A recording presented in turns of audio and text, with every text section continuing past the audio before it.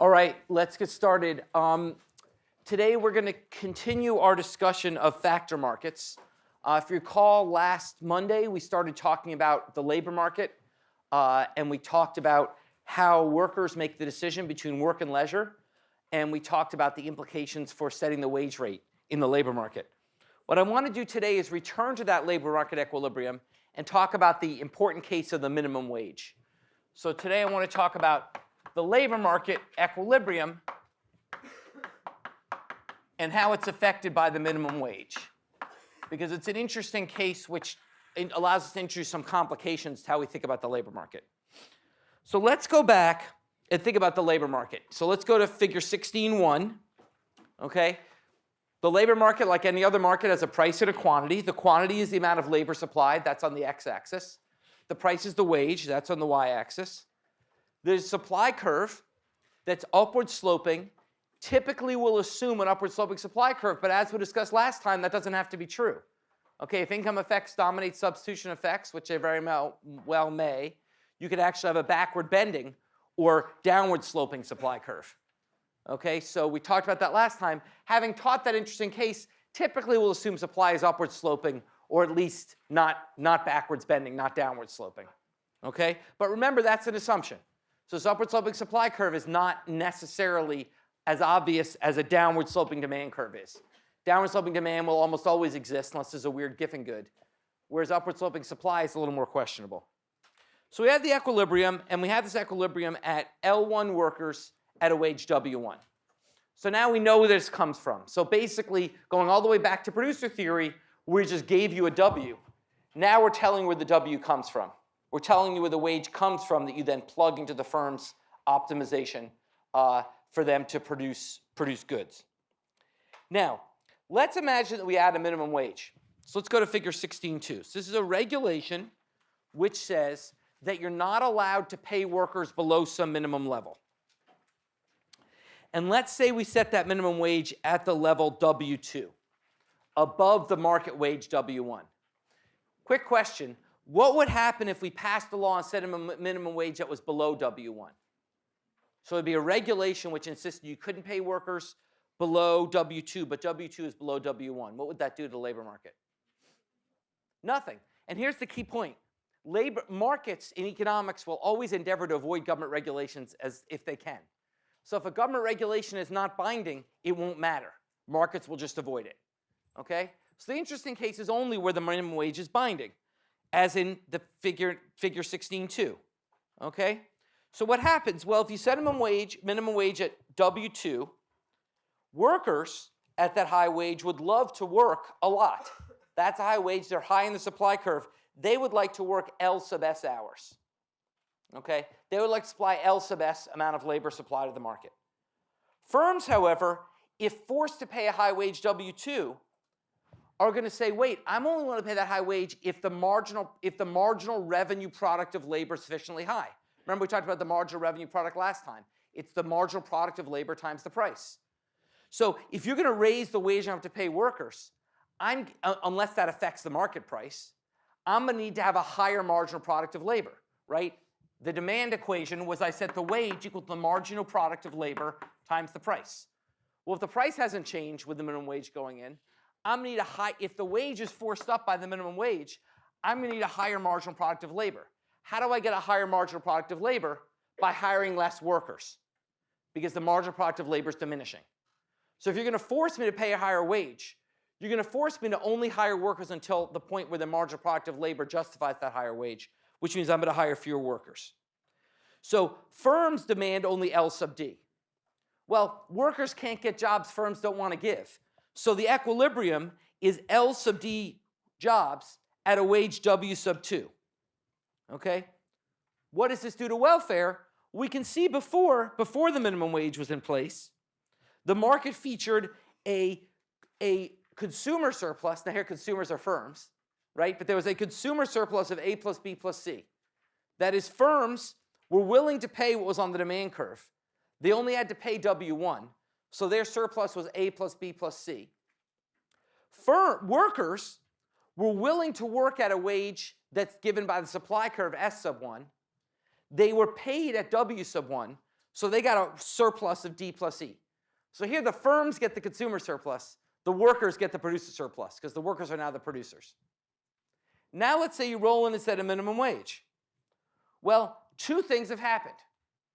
One thing is you've then transferred some resources to workers. That's the area B. You've taken the area B that firms used to get, and now workers get it. That's the idea. You want to make workers better off.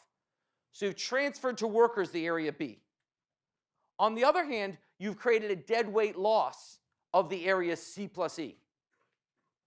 Created a deadweight loss of the area C plus E because now there are fewer jobs. There are workers who would happily work at a higher wage who are not being allowed to work by the limited demand that comes from the minimum wage. Okay? So the bottom line is you end up with fewer workers, a higher wage, and ambiguous welfare implications. Clearly, social welfare goes down. Whether worker welfare goes up or not depends a bit on the size of area B versus the size of area E. Okay, it's not clear if worker surplus goes up or not. It depends on the size of B versus E. In this diagram, workers are net better off, but doesn't have to be true. What's clear is that social welfare has gone down. Because remember, as I talked about, the shortcut we talked about oligopoly, is roughly speaking, welfare is proportional to the quantity in the market. Okay? Essentially, the further you deviate from the perfectly competitive quantity, the bigger the deadweight loss. So that's what happens when you put in a minimum wage. Questions about that? Okay? Well, that seems pretty straightforward, and that's what I learned growing up as a kid in economics class. But then some empirical economists, some very famous empirical economists, started doing a series of articles that actually studied, gee, what happens when minimum wage does change? They did things like, for example, comparing what happened when New Jersey raised its minimum wage, but the state of Pennsylvania next door did not. And they looked at fast food workers in New Jersey, where the minimum wage went up, compared to fast food workers in Pennsylvania, where the minimum wage didn't go up. And what they found was there was no difference in employment. That jobs didn't fall in New Jersey, even though the minimum wage went up. Okay? And a series of follow-on studies continued to find that actually higher minimum wages didn't seem to cause jobs to fall, which is sort of directly in contradiction with its graph. So what's going on? That led to sort of big questioning and revision of kind of what's going on in these markets that leads to that. And there's really three possibilities for what's going on. Possibility one is that the minimum wage wasn't binding. Maybe New Jersey set a minimum wage below the market wage. But actually, empirically, that's not true. We can look at what workers were paid before the minimum wage. It was well below where the minimum wage was set for restaurant workers that were studied in that most famous study. Okay? So this is not true. The minimum wage was binding. There's a second possibility that's absolutely consistent with a perfectly competitive market. What's a possible answer for why you can impose a minimum wage in a perfectly competitive labor market and have employment not go down? Yeah. Price goes up? The price that the firm charges goes up, but in a perfectly competitive labor market, that still wouldn't happen. Okay? You might see some price adjustment, but you'd still see some adjustment in the marginal product of labor. But what else about this diagram? Yeah. The firm's demand for labor is perfectly inelastic. The firms actually, you're close. It'd be the workers' supply of labor is perfectly inelastic. It's the right idea. If workers are perfectly inelastic in their supply of labor, then the same amount of workers will work no matter what the wage. So basically, you're just going to essentially end up. You'd also, in fact, that's a good point. You'd also get inelastic demand. The same thing. If the supply or demand is inelastic, you'll end up, either supply or demand is inelastic, you'll end up with no effect of the minimum wage. So that's another possibility. But in fact, we've done a lot of studies, so you could have inelastic supply or demand. But in fact, we've done lots of studies of supply and demand in these markets, and that's not true. Demand, remember, supply was largely inelastic for men, but it was somewhat elastic for women. And these low-income markets have a good mix of men and women working in them. Demand has been shown to be somewhat elastic. So it's not, neither supply and demand is very elastic, but they're sufficiently elastic that it rules out as zero. So the third possibility, and the one economists have focused on, is that we're not in a competitive labor market. They've focused on a non-competitive labor market. Just like we discussed non-competitive markets for goods with monopoly and oligopoly, you can have non-competitive markets for labor.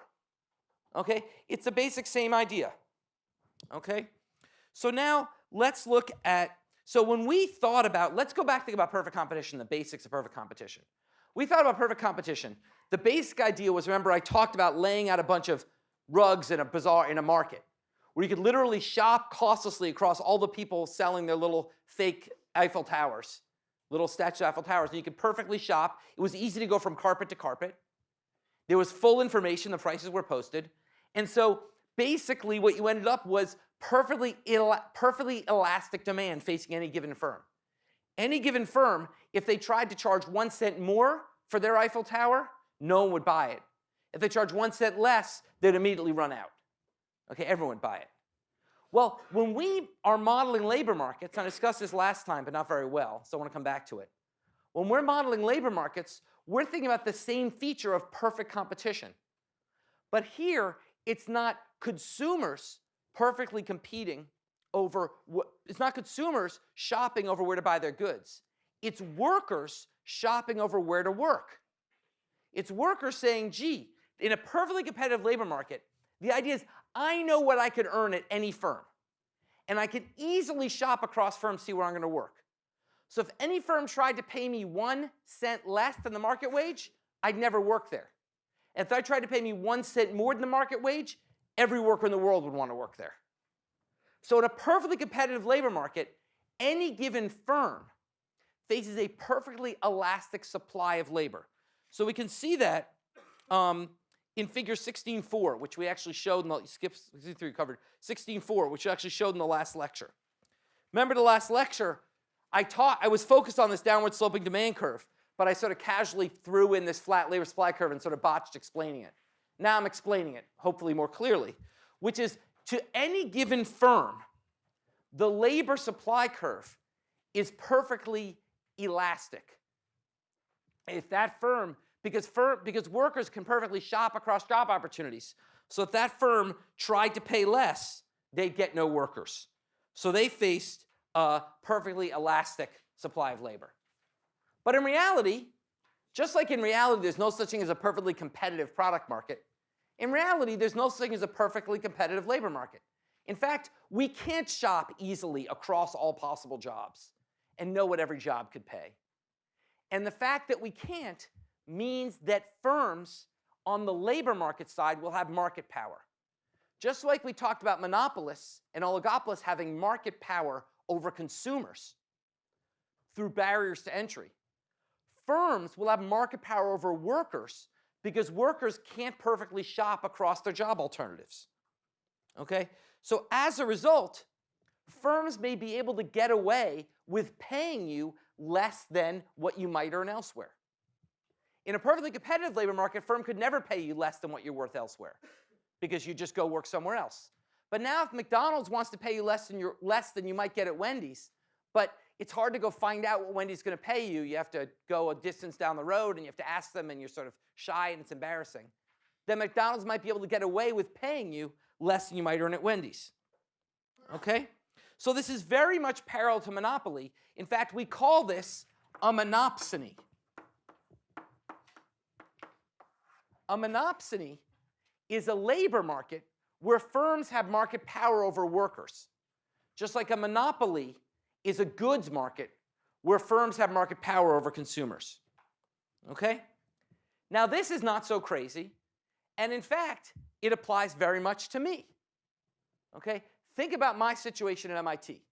I've been here 25 years. I just got my 25th year rocking chair, although actually it's not a rocking chair because it comes in the box with the rockers off it, and it arrived in my office, so it's sort of a short chair. My wife's 5 foot, and she always complains how chairs are too big for her. So she sat, and she's like, "It's a perfect chair for me." So now I have a non-rocking rocking chair in my office that she sits in.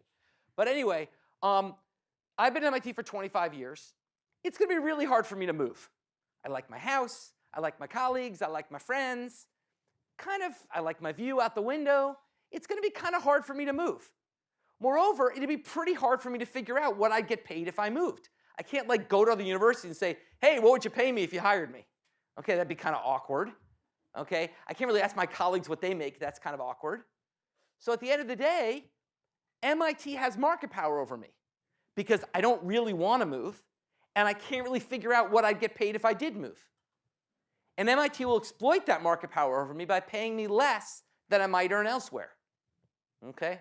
And we know this is a fact because when in academia, the only way to get a raise is to go get an offer from someone else. Okay? And have them say how much more they'll pay you, and then you take that to your boss and they say match this. But if you're not willing to do this, as frankly MIT knows not willing to do, then MIT can essentially underpay me. Okay? So basically, any responsible profit maximizing or even nonprofit employer will exploit this market power, and they'll pay me less than my market wage. Okay? And that means that MIT will earn surplus on me. Okay? In a perfectly competitive labor market, the firm earns no surplus on the worker. They pay the worker their marginal revenue product. So if you go to this figure, what am I paying the worker? What I'm paying them is exactly their marginal revenue product. Just like in a competitive market for the goods, a firm is selling at exactly their marginal cost. So just like a firm makes no surplus in a perfectly competitive goods market, a firm hiring workers makes no surplus in a perfectly competitive labor market. But in a monopsony market, the firm makes surplus over me. They pay me less than they'd have to because I don't shop and find a better opportunity. Okay? Now, the questions about how that market works. I'm not going to do all the math and graphs. It's all the same as monopoly, just flipping demand and supply curves. It's a pain in the ass. I'm not going to do it. I just want you guys to sort of understand the intuition. So please, since I went through this just into, are there questions about this or how it works? Okay. Now let's take this non-competitive labor market and let's throw in a minimum wage.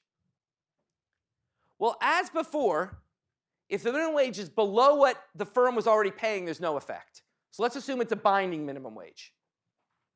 Okay? Now, let's say the binding minimum wage is above what my true market wage would be, what my wage would be in the perfectly competitive market. So in a perfectly competitive market, my wage would equal my marginal revenue product of labor, right? That's in a competitive market. In this non-competitive market, my wage is below my marginal revenue product of labor. Firms are exploiting me because I can't effectively shop for a better job. I don't want to, or it's hard to do so. Okay? Now, in this non-competitive market, if we set a minimum wage that's higher than the marginal revenue product of labor, then the analysis is just like it's a competitive firm. Once that marginal wage is higher than the marginal revenue product of labor, it's just like a competitive firm. Okay? So it's not that interesting. The interesting case is what if the minimum wage comes in and it's above the wage I make, but below the marginal revenue product of labor? So let's say in McDonald's, someone working there yields a marginal revenue product of labor of $10. But they're only being paid $7. Let's say you roll in a minimum wage of $9. So above what they're being paid now, but below their actual marginal revenue product of labor. Will the firm fire that worker? Why not? Yeah? They're still paying them, like they're still making a profit off of that worker. They're still making surplus, which is, as long as the marginal revenue product of labor is bigger than the wage, they love that worker. Okay, so let's just write down the numbers in the example. So imagine my marginal revenue product of labor at McDonald's is 10, but my wage is 7. Okay, and then you come and you set a minimum wage of 9. Well, 10 is still greater than 9, so the firm has no desire to fire me. So all you've done is just given me money, and where'd that money come from? The surplus the firm earned. So all you've done is shifted the surplus from, you've shifted producer surplus to consumer surplus, consumers are the firms, to producer surplus, the workers. So in a monopsony market, a minimum wage doesn't cause deadweight loss, it just sifts surplus around. And that's a really important outcome. Because that once again says the government isn't always bad here. Okay? This is just like, if you want to think about this graphically, go back to exactly the analysis we did of regulating monopolies. Remember we talked about regulating monopolies. We talked about if a regulator comes in and sets a price above the sets a price below the monopoly price, but above the competitive price, it reduced the deadweight loss of monopoly. It's the same thing, and if you set a minimum wage above the market wage, but below the marginal revenue product of labor, then you simply transfer surplus to workers without causing deadweight loss. Now that raised the question, of course, is the minimum wage in between the wage and the marginal revenue product of labor? Well, we don't know, but let's go back to the studies that motivated this. The very fact that the minimum wage doesn't seem to cause unemployment suggests we are hitting the sweet spot. That we're basically managing with minimum wage policy, at least to date, to essentially just find a way, without the government spending any money, to shift resources from businesses to workers. So what does this mean? Well, it means that around the level of current minimum wages, we can raise the minimum wage by a small amount pretty costlessly. It doesn't necessarily mean that a $15 minimum wage is okay. So in some sense, this is the important thing about empirical economics. You only learn the answer in the range that you study it. So for example, there have been studies that have looked at what happens if you have a $10 minimum wage, and those show no unemployment. There haven't been studies that show what happens if you have a $15 minimum wage. Now, Seattle just actually put in a $15 minimum wage about 2 years ago, so actually can run the experiment. The early evidence is the Seattle $15 minimum wage did lower employment. That the Seattle $15 minimum wage actually went above the marginal revenue product of labor. And once it's above, you're back in the competitive case. You're back in the case where you're lowering employment. Yeah? How can you increase competitiveness in the market? Well, that's the other question, is how could you increase? So you tell me, how could you increase the competitiveness of a labor market? Make it easier to tell how much money you would get at each place. So Norway has a day every year they call Envy Day, which was yesterday, I believe, where they literally can go online and look up anybody's income in Norway. They literally make public every single person's tax return in Norway. And you can go online and look at what everybody makes. That would do it. Okay? So you can provide more information. You could make it easier to move between jobs. For example, there's a lot of restrictions in our labor market, like non-compete clauses, which say that if you work for one firm, you can't ever go work for another firm in that industry for X years. Okay? That makes it hard. That gives some monopsony power to firms, et cetera. So we could do things which try to loosen the flow of the labor market, and that would close this gap between wage and marginal revenue product of labor. Okay? Now, let's go back to Seattle just to conclude this. This doesn't mean the Seattle policy was a bad one. The bottom line is what we learned from Seattle was that basically employment fell a small amount and a bunch of workers made a bunch more money. So is that good or bad? Well, it depends. If you're one of the people who lost their job, it's really bad. If you're one of the workers who got a raise up to $15 an hour, it's good. How do you weigh them against each other? That's exactly what we'll talk about in a couple lectures. So this kind of, once we start talking about normative economics, about is a policy good or bad, there's typically trade-offs, and this is a classic example. What we're learning here is the minimum wage in the range we are now, right now the federal minimum wage at $7.25, okay, the evidence suggests it could easily rise without causing that trade-off. The evidence suggests we could increase the federal minimum wage by some non-trivial amount, at least up to $9 or $10, without causing much of a trade-off. But once you get too far ahead of that, there starts to be a trade-off. Question about that? Yeah. Are there any states where it's actually still that low? Oh yeah. Many states don't have their own minimum wage. Massachusetts is at 11, but we're pretty unusual. We're one of the higher ones. A number of states at $7.25 is the minimum wage. Okay. So, and the evidence seems to be from states like Massachusetts and others, which are in the sort of $10, $11 range, it doesn't seem to lower employment. Seems like we'd be safe raising that federal minimum wage. We would simply be transferring resources and not causing unemployment. Yeah? Do you know anything about the cost of living in areas where the minimum wage is more expensive? Like, is it possible that if a McDonald's worker makes more money in this state, then McDonald's is more expensive in this? That's a great question. So what I assumed firms would just say, oh, you got me. I'm going to throw some of my profits at workers. Firms don't have to do that. Firms could say, well, if you make workers more, I'm going to raise my price. Now, If it's a competitive output market, that shouldn't happen, right? Because in a competitive output market, well, no, marginal cost goes up. It's not clear. It's not clear whether that would happen or not. And the evidence is that is unclear. Whether high minimum wage causes higher prices or whether it just comes out of profits, we don't know yet. Okay? All right. So that's what I say about labor markets. Now I want to move on and talk about capital markets. Now, as confusing as our discussion of labor markets was, that's easy compared to capital markets. Capital markets are a lot harder to understand. And that's because capital itself, labor is something you get your hands around. It's the time you spend at work. Capital is this sort of amorphous thing that I've kept sort of pushing off defining. So I'll define it now. We talk about capital as this vague collection of buildings and machines, the other stuff that goes into production. Okay? And we know where labor comes from. It comes from our work. But where does capital come from? Well, capital is a harder concept, but there's one unifying thread that all elements of capital have, which is they represent the diversion of current consumption towards future consumption. Capital is about diverting consuming today towards consuming in the future. Okay? In fact, the original concept of capital came from farmers. Farmers every year, when they would pick their grain, they had a choice. They could eat all the grain, or they could save some to plant for next year's grain. Now, the more they saved, the more they'd have next year, but the less they'd have today. So farmers faced a trade-off. Consumption today, literally, consumption today or consumption next year. That's capital. That's what we mean by capital. In other words, in today's market economy, the link is not that direct, but it's the same basic idea that firms have a choice. Firms and their investors have a choice.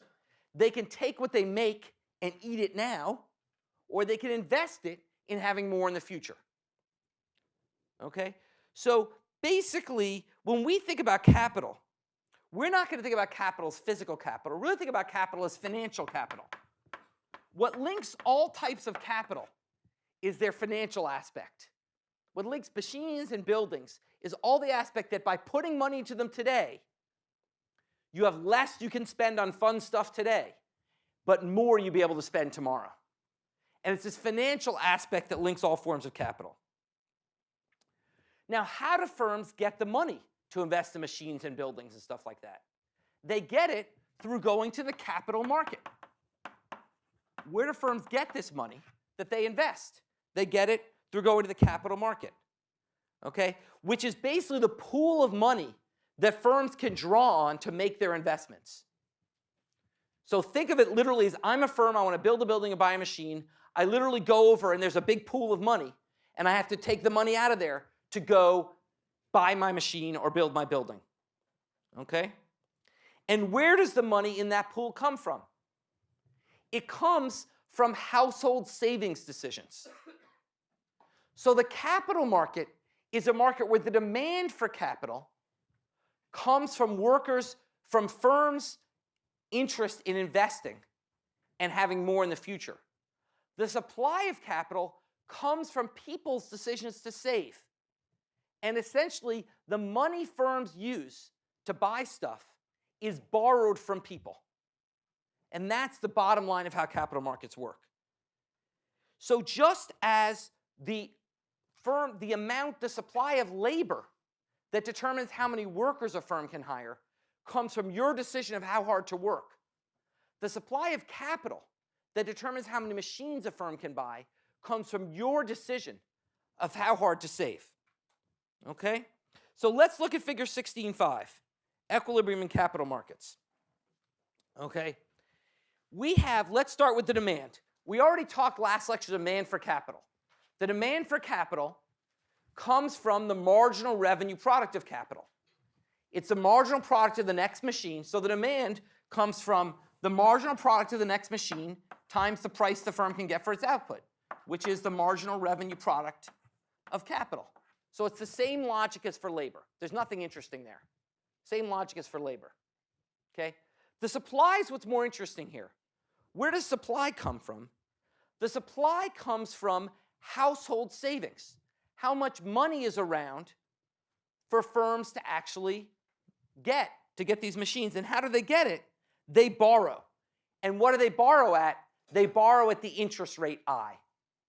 So I represents the rate that firms pay households to get their money. So think of this as, we'll talk about how it really works, but in theory, the idea is, think of literally a marketplace in the center of town, downtown Boston, Haymarket. There's like this marketplace, and a firm comes and says, I need to borrow money to buy a machine. And a person's there with their savings, and they say, well, I'll loan you some money. What interest rate are you going to give me? And that's the market for capital.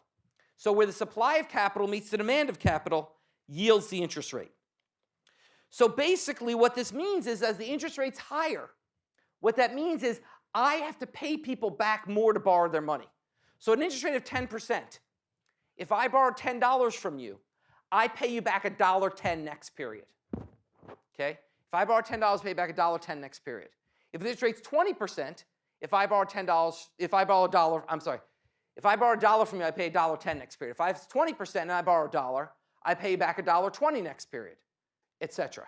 Okay? So basically, that is essentially how the transaction works. And the key point here is the reason the supply curve is upward sloping is the more you're willing to pay me for my money, the more I'm willing to lend you.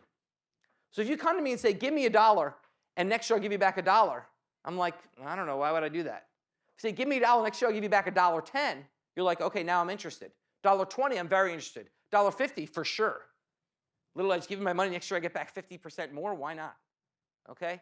So basically, the higher the interest rate, the more I'm willing to loan the firm, and therefore you get an upward sloping supply curve. Okay? Now, of course, in reality, people we don't sit in Haymarket downtown Boston and give money to firms.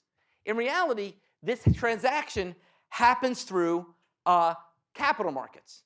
And essentially, there are three mechanisms by which implicitly I loan money to firms. Okay? The first is I could literally buy corporate debt. I could literally loan the money to firms. I could literally go and the firm could say, I, General Motors, am issuing a bond. This is through bond, issuing a bond. And the way that bond works is I promise that for every $1 you spend buying my bond, you'll get 1 plus I dollars back at the end. Okay, or next year, say. Depends how long the bond is. So literally, you're loaning the money to the firm you're buying their promise to pay you back.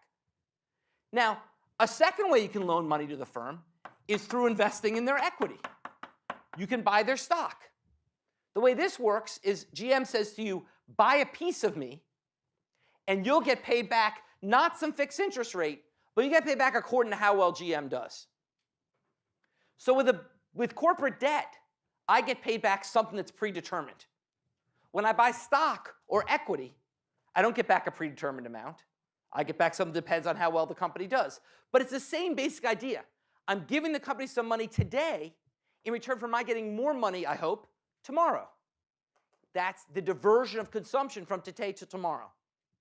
And the third thing I could do is I could put it in the bank. Now, how is that loaned to companies? Because the bank then loans it to companies. Why do banks say they'll pay you interest on your money? Okay, why do banks going crazy, I'll give you one, it used to be interesting, now it's 1%, 2%. When I was a kid, it was like 10%, 12%. We'll give you lots of money, and we'll talk later about why it was so much higher when I was a kid. Okay, why are banks so eager to do that? It's not out of the goodness of their heart. It's because when you give them dollars, they turn around and loan them, they add a bunch to the interest rate and loan them out to firms. So those dollars you're giving to banks and they're paying you 2% interest, they're loaned to firms at 6%. Okay, and that's why bankers are rich. Okay, so basically the reason a bank exists is because it's a way corporate debt and equity markets are hard and complicated. It's much easier to put your money in a bank. You put your money in a bank, but when you put your money in a bank, you're essentially loaning it to companies. That's essentially what you're doing. So through these mechanisms, we have a capital market where essentially by my putting money away and diverting from today's consumption, I'm loaning to a firm, they'll produce more and they'll pay me back more in the future. Okay? Questions about that? Okay, so let's talk about where the supply curve comes from. We know where the demand curve comes from. It just simply comes from the marginal revenue product to capital. Where does the supply curve come from? The supply curve comes from what we call intertemporal choice. Economists like, as I said, economists like putting fancy names on things. That helps us get paid more money. Okay, it just means choosing over time. Okay, intertemporal choice. Intertemporal choice is essentially about how do you decide how much to save. What's going to determine that is going to be your decision of how much you value money today versus valuing money tomorrow. Okay? So for ease, let's imagine I'm considering 2 periods, this year versus next year. When I talk about periods, I talk about days and years and whatever. It's the basic logic. It's about now versus the future. Whether I say days or years doesn't really matter, right now. The point is I'm just talking about today versus the future. So let's talk about this year versus next year. And let's imagine prices aren't going to change. I'll come back to prices next lecture. But let's imagine the price of goods aren't going to go up. There's no inflation in this economy, okay, which is roughly true today. Okay? And let's suppose I'm going to take next year off to care for my children. Lord knows why I'd want to do that when their youngest one's 19, but imagine they still need my care. Okay, so let's say I'll take this example gets dated. Let's say I take next year off to care for my children. Okay, so let's say my income is $80,000 a year. Okay, now here is but I'm going to take next year off unpaid. Okay, so I'm going to work this year for $80K. Next year I'm going to take off unpaid. So I have a couple of choices. I could work this year, earn my $80K, spend my $80K, and have nothing next year to live on. I could work this year and eat nothing and save it all and have $80K to live on, or some combination in between. And we could illustrate, but the key difference is every dollar that I don't consume this year, that I save to consume next year, earns interest. And that's where the trade-off comes. So let's look at figure 16.6. This is a familiar looking optimization diagram. Now my optimization is not over pizza versus cookies, but my optimization is over consumption this period versus consumption next period. It's a bit mind-blowing, okay? We're a little science fiction here, right? Okay, we're now not talking about choosing between 2 goods, like leisure and consumption, or cookies and pizza. Now we're talking about 2 time periods. Consumption today versus consumption tomorrow. But that's the key thing about the tools we learn with consumer choice. Those tools are incredibly powerful. You just need to shove your problem into that framework. And here's where we're going to shove our problem into this framework. The problem we're facing is how to decide how much to save. Well, savings is a bad, just like labor's a bad. What do we do when we have a bad to model? We don't model the bad, we model the complementary good. So our choice is, how much do I consume today? My choice is, how much am I consume today? And how much am I going to save? Okay? Well, saving is a bad, but the other way to think about it is, how much consume today versus how much am I to consume tomorrow? Then that's 2 goods, and I can model them against each other. And that's what I do in figure 16.6. I model consumption today versus consumption next year. So here's my choices.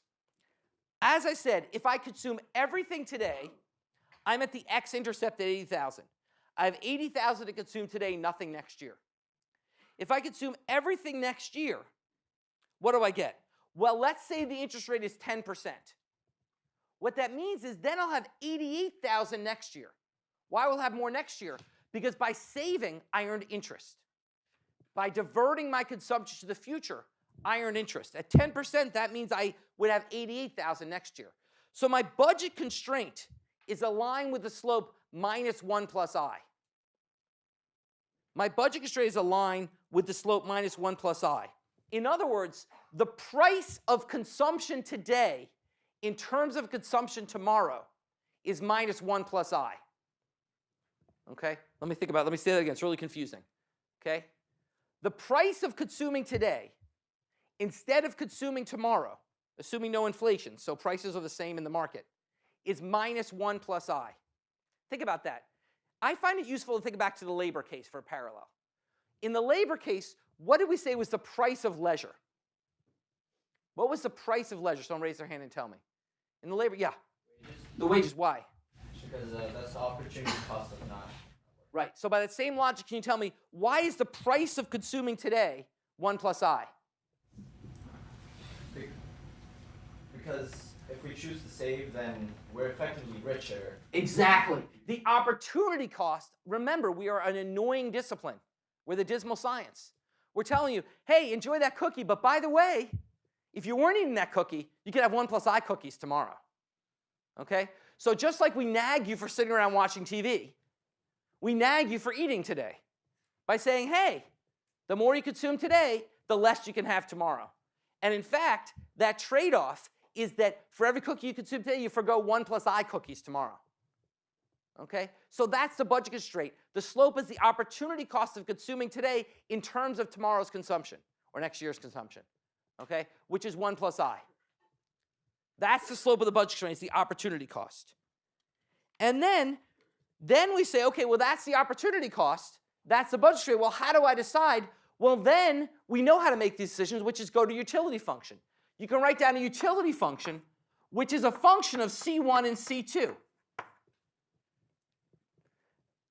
Now, what is C? C is all my pizza and cookies, but we're sort of aggregating it up. Just like our utility function last time was a function of leisure and consumption. Okay, we said consumption was the sort of bundle of goods you eat, and leisure is this thing. Now we're saying, okay, our utility function now is a function of this trade-off. Now, you might say, wait a second, how can both those be utility functions? The answer is you have some meta-utility function that includes consumption today, tomorrow, leisure, pizza, cookies, etc. But we can sort of think about this in sequential steps. First, we decide how we're going to split our income. Then we can decide what to spend it on each period. Then you do a separate consumer maximization decision. But our first question is simply, how am I going to split my income? Well, that's going to be a function of my tastes for consumption this period versus next period, and the price the bank will pay me for delaying consumption till next period. Now, what happens? Questions about that? Now, what happens in the scenario when the interest rate goes up? What do you think happens if the interest rate goes up? Yeah. There's like a graph, so the line just gets higher. Right. So what do you think you should? What do you think will happen in your consumption pattern? Yeah. We should spend less today. Spend less today and save more because rewarded. And why is that not necessarily true? Yeah. Because you might like only need a certain amount of money to live, so like you don't have to save as much today because you don't. Because of what two effects? Income and substitution effects. You gave exactly the intuition that the substitution effect gives you. The substitution effect is exactly right. If the interest rate goes up, that's like the price of consumption today going up. And if the price of something goes up, the substitution effect says you do less of it. But if the interest rate goes up, you're richer. And if you're richer, you do more of everything, including consuming today. So the income effect goes the other way. It's like labor. Once again, it's why income and substitution effects, why we bothered telling you so. Okay? Because income and substitution effects in these cases go against each other. Let's look at figure 16.7. Okay? In figure 16.7, we start at point A. Okay? Now imagine the interest rate doubles to 20%. Okay? Now imagine the interest rate doubles. As you said, that pivots the budget constraint upwards. You could still consume only $80,000 this year, but now for every dollar you save, you get $1.20 next year. Okay? That has two effects on your decision. The substitution effect we get by drawing an imaginary budget constraint, that's the dashed line, tangent to the original indifference curve, but at the new slope. By definition, that means you consume less today. Okay, you consume less today. By definition, if the price of something goes up, the substitution effect always says you do less of it. You consume less today, which means you'll save more. Remember, savings is just income minus consumption in period one. Okay? So just as labor was 24 minus leisure, and so if we just solve for leisure, we could get labor. Savings is just income minus consumption period one. So if we solve for consumption period one, we get savings. Okay? People see that? Now, so basically, the point here is the substitution effect says, well, gee, the price of consumption period one just went up. It's more costly in terms of future consumption. I'm going to do less of it there. My savings is going to go up. Substitution effect says you save more. But the income effect says, wait a second, you're now richer. every dollar of your savings you were doing now yields twice as much in interest. If you're richer, you'll consume more of everything, including period 1 consumption. So the income effect takes you back the other way. Now, whether the income effect dominates or not, we don't know. In this case, it doesn't dominate. In this case, you still on net end up consuming less in period 1 and saving more. But we don't know what's going to dominate. Okay? And in fact, the evidence here is incredibly weak. I won't spend a long time on the evidence because it's not nearly as interesting and strong as labor supply. The evidence is incredibly weak even about the sign. And let's come to the intuition that was given for why. Well, think about think about how people make savings decisions. Lots of people have savings goals. I want to have X by the time I retire. Typical way, if you ask people about their savings, if you ask them, they typically say, I want to make sure I have X in the bank in case I'm in an accident. I want to make sure I have Y by the time I retire. Well, in those models, if the interest rate goes up, savings rates go down. Because after all, to hit a target with a higher interest rate, I can save less. So it's actually not that surprising that you'd have a higher interest rate leading to less savings. It's kind of intuitive, actually. If people have savings targets, a higher interest rate will lead to less savings so they can get to their target more easily. So actually, we don't even know which way this goes. It's I think one of the great unsolved mysteries in economics empirically, is once again, we typically assume, and with a gun to my head, I would sort of say it's probably true, that a higher interest rate leads to more savings. But the evidence on which that rests is pretty weak. Okay? And the key point for you is to understand it's uncertain. And it depends on whether income and substitution effects dominate. Questions about that? Okay, so now let's step back and put it all together and think about you making your decision about life. You could think about your decisions about your life in sort of 3 steps. Okay? Step 1 is you decide how hard to work. Okay? Step 1 is you decide how much money do I want to make. Well, that's about maximizing utility over consumption and leisure. Step 2 is having decided how much you're going to make, and that yields your labor. Step 2 is deciding how much you're going to make. You decide, well, how do I want to spread that over time? How much do I want to consume today versus tomorrow? Well, that's about intertemporal choice. That's about deciding on C1 versus C2, and that's going to yield your savings. Step 3 is, now that I know how much I'm going to consume each period, now I want to maximize utility across all my goods I might want to consume, X2, across all the goods I want to consume. That was our original cookies and pizza example. So you can think of it as sort of a hierarchical set of consumer optimization problems that you're going to solve. Now, you might say, well, gee, John, that's sort of confusing because, in fact, the interest rate and how much I get in my savings could determine how hard I work. Right? Let's say the interest rate goes way up and I have a savings target. I have to work less hard to hit that savings target. And I'd say to you, good for you, take more advanced economics. More advanced economics we recognize is one integrated whole and we allow these systems to affect each other. Okay? But for here, just think of it as separatable steps. Okay? Independent steps. But in practice, I hope you can see the steps will be integrated and they affect each other. Okay? Think of it, if the price of a good you really want to buy goes up a lot, not only will you buy less of that good, you might save more to buy it and work harder. So you can imagine how these things are integrated, but for now, we'll keep them separable. Okay? Question about that? Okay, next time we're going to come back and talk about all the interesting stuff in capital markets and how we make decisions about how much to save and things like that.